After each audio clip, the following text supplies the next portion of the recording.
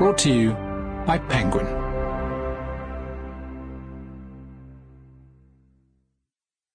The Struggle for Taiwan by Sulmaan Wasif Khan. Read by Austin Yan. Introduction. In the spring and summer of 2022, a new trend swept American policymakers: visits to Taiwan. Strictly speaking, it was a once and possibly future policymaker who started it. News broke that Mike Pompeo, who had served as Trump's Secretary of State, would arrive in Taipei in March and meet with Taiwan's president, Tsai Ing-wen. The Biden administration suddenly announced that a team of former defense officials, headed by no less a figure than the former chairman of the Joint Chiefs of Staff, Mike Mullen, would be heading to Taiwan too.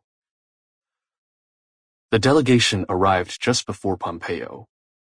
Mullen, characteristically prudent, spoke of how his delegation, with its mix of Democrat and Republican officials, showcased the bipartisan nature of support for the United States' strong partnership with Taiwan. As statements of support for Taiwan went, this was quite significant, not least because of the figure delivering it, but it would pale in comparison to the Pompeo show 3 days later. Newly slimmed down, Pompeo wore a mask in deference to Taiwan's COVID-19 regulations, and his mask sported the flags of the United States and the Republic of China, ROC, which remains to this day Taiwan's official name. "The moment," he declared in an interview with the Taipei Times, "calls for clarity, transparency, and a deep recognition of the central idea that we've all known, that Taiwan is not a part of China." The People's Republic of China, or PRC, which had long held that Taiwan was a part of China, was predictably annoyed. But it was with the announcement that Nancy Pelosi had decided to visit Taiwan that Chinese ire came to the boiling point. Pelosi had a long and distinguished record as a China hawk. She had reveled in unfurling a banner at Tiananmen Square to honor the protesters Beijing had mowed down there in 1989. And now she was set on going to Taiwan to show her support. And to make matters all the more galling, Pelosi was Speaker of the House, third in line for the American presidency. The status mattered. Threats of retaliation burst forth.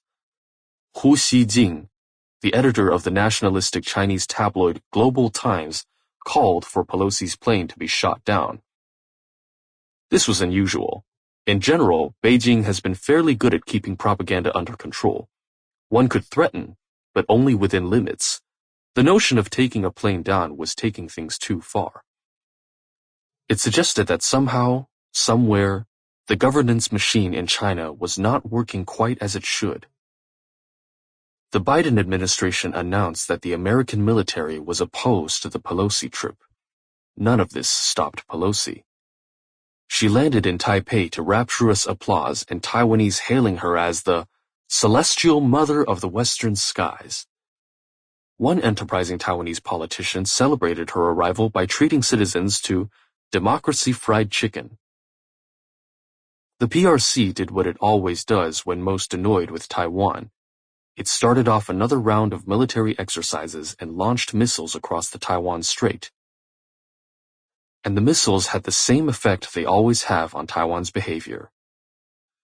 They sharpened its resolve. Taiwan's authorities announced that they would hold drills of their own and that they were prepared to weather the storm. Nor did the missiles, which landed in the water surrounding the island, prove effective at stemming the tide of American officials who suddenly decided that they, too, had to visit Taipei. South Carolina Senator Lindsey Graham had already led a delegation of senators.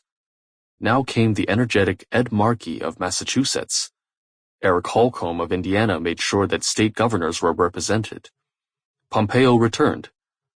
One began to wonder how President Tsai could possibly find time to govern while catering to the endless flood of visitors. A historian watching the situation from afar could not help being struck by the odd mix of mendacity. Sample complete. Ready to continue?